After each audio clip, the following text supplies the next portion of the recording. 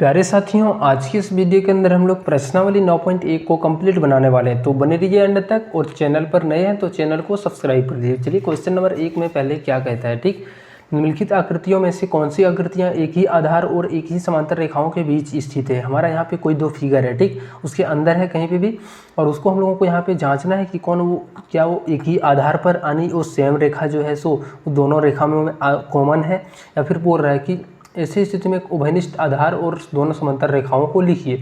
साथ ही जो हमारा उभयनिष्ठ है उसको लिखना है, और जो दोनों समांतर रेखा है उसको भी लिखना है। ठीक, तो चलो हम लोग यहाँ पे क्वेश्चन नंबर 1 में आते हैं। ठीक, तो यहाँ पे देखो कि ये हमारा ABCD पहले एक चतुर्भुज है, उसके बीच में हमारा एक TPC क्या है, त्रिभुज है। तो देखोगे तो दोनों का एक कॉमन भुजा है। क्या है कि देखो, जब इस त्रिभुज को लेंगे तो चतुर्भुज को लेंगे तो इसमें हमारा ADC यानी ये DC पूरा आएगा, और इस त्रिभुज को लेंगे तो इसमें भी हमारा DC आ रहा है। तो देखो तो कॉमन है ना, तो ये हमारा DC जो बनेगा ये दोनों का आधार बनेगा।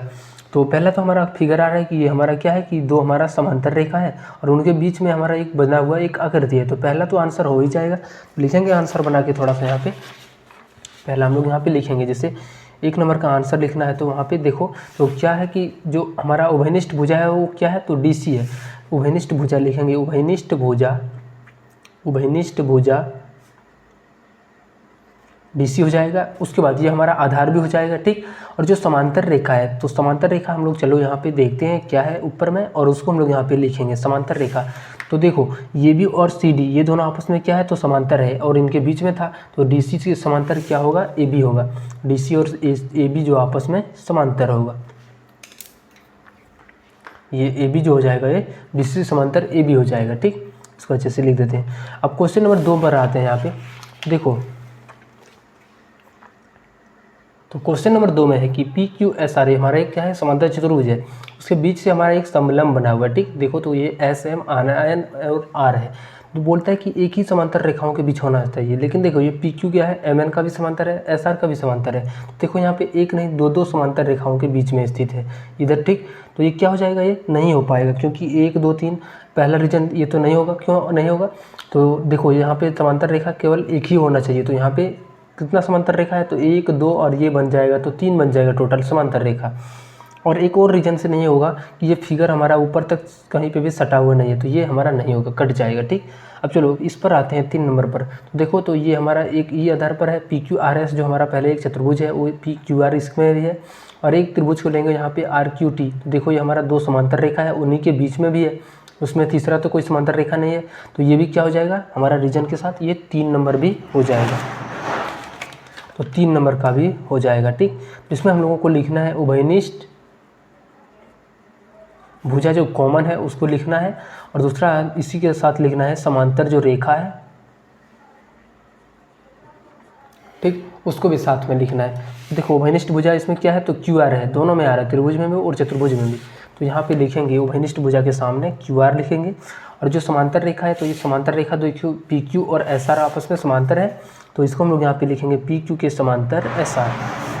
चौथा नंबर क्वेश्चन पर आ जाते हैं। तो यहाँ पे क्वेश्चन नंबर 4 में है। तो देखो ये जो हमारा पहले फिगर है एक ABCD चतुर्भुज है, उसके बीच में हमारा एक PQR त्रिभुज है, लेकिन देखो ये तो PQR हमारा त्रिभुज है, इसका आधार जो है सो यहीं तक है, पूरा कंप्लीट नहीं है। तो ये भी क्या होगा, एक ही आधार पर तो नहीं हो पाएगा क्योंकि इसका आधार लंबाई अलग होगा और इस पूरे की लंबाई तो अलग होगा। ठीक, तो ये भी कट जाएगा, इसका कोई भी आंसर नहीं बनेगा।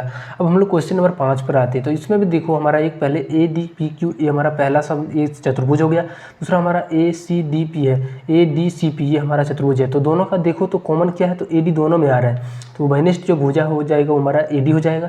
और देखो ये भी हमारा क्या है कि दो समांतर रेखाओं के बीच में ही स्थित है, ये फिगर जो हमारा है ये केवल दो समांतर रेखाओं के बीच स्थित है।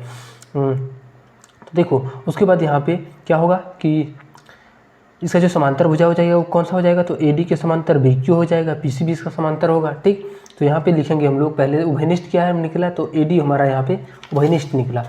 तो 5 नंबर के लिखेंगे यहाँ पे उभयनिष्ठ भुजा,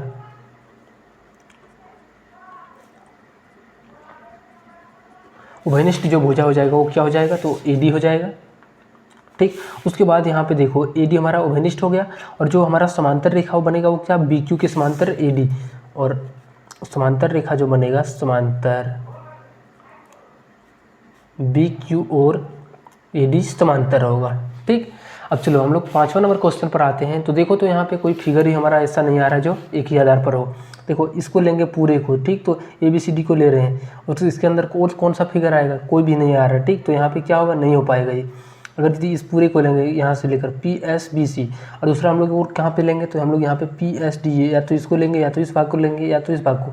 देखो पूरा ये कवर नहीं कर पाएगा, ठीक, यहाँ से लेकर के यहाँ तक की दूरी को कवर नहीं करेगा, सिर्फ यही आकृति कर सकता है। तो ये क्या हमारा कहीं भी एक ही आधार पर आएगा, तो नहीं आएगा, ठीक। तो चलो इतना ही हमारा क्वेश्चन नंबर जो था 3 को था हमारा, पहला 1 था, दूसरा हमारा तीसरा नंबर का था और 5वां नंबर 1 क्या था, सबका उभयनिष्ठ भुजा भी सेम था और समांतर रेखा क्या था, दो एक ही रेखा के बीच में स्थित था, उसके बीच में ही हमारा जो फिगर बना हुआ था वो स्थित था, इसलिए यह हमारा रीजन के साथ आंसर बन गया।